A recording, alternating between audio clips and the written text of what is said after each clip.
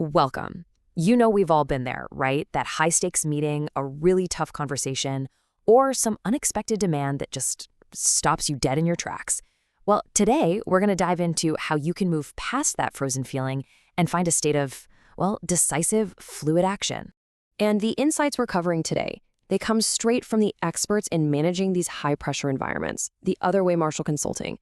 We want to thank them for sponsoring this breakdown. So, let me just ask you straight up. Have you ever felt completely stuck when the pressure is on? You know, that moment where your mind just goes blank and you can't seem to make a single move?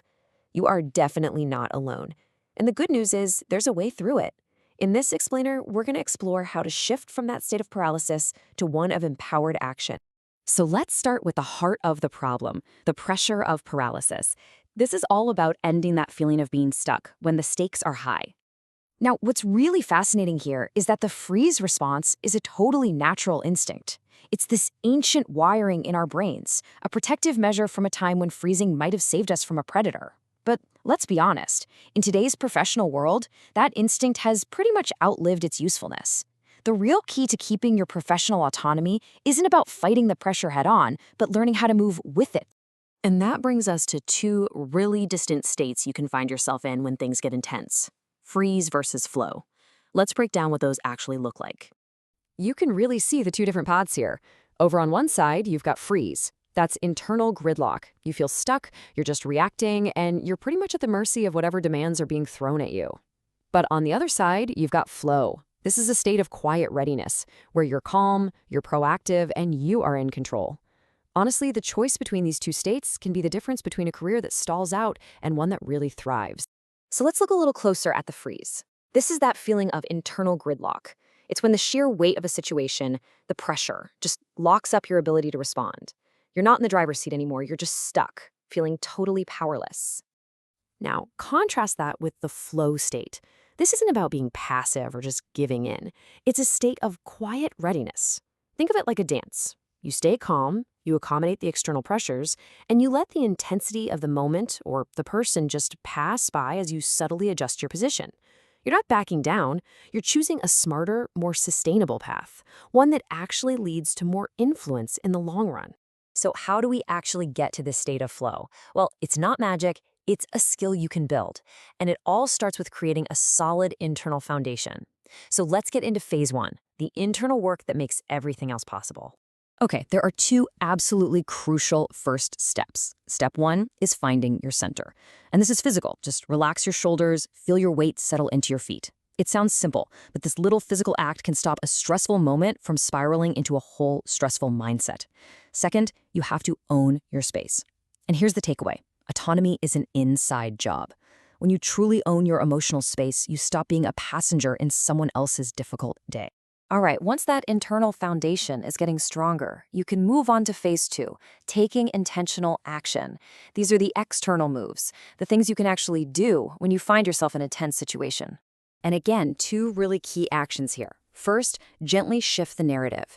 You don't always have to meet a confrontation head-on. Sometimes a subtle adjustment to the timing or even the topic can give the other person's intensity room to just dissipate. It just fizzles out. Second, create perspective. This isn't about running away, it's about seeing the whole board. By mentally taking a step back, you suddenly see new options, new ways forward that were totally invisible when you were right in the thick of it. This quote just perfectly sums up this whole philosophy. The tall, rigid oak tree stands firm until a strong enough wind just breaks it. But the willow, it's soft, it yields to the breeze, it flows with it, and because of that, it's still whole long after the storm has passed.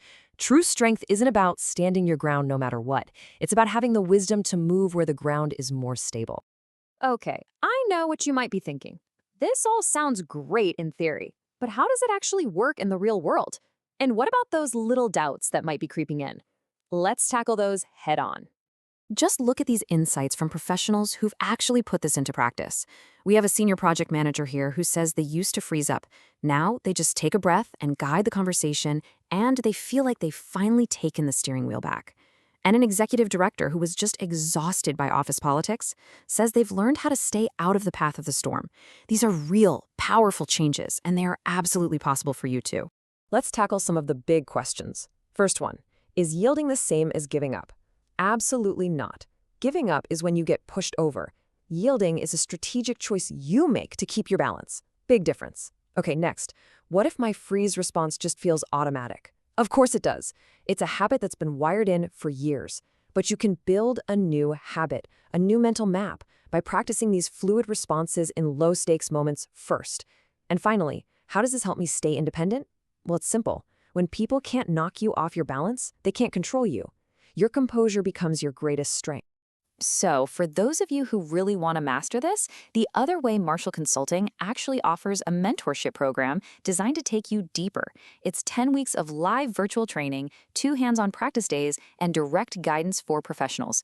If you're ready to stop feeling stuck and really start moving with purpose, you can find the link to apply right there in the description below.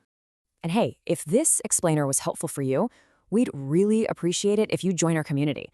Go ahead and hit that like button, subscribe so you don't miss future content, and maybe share your own experiences with freeze and flow in the comments. We'd genuinely love to hear from you.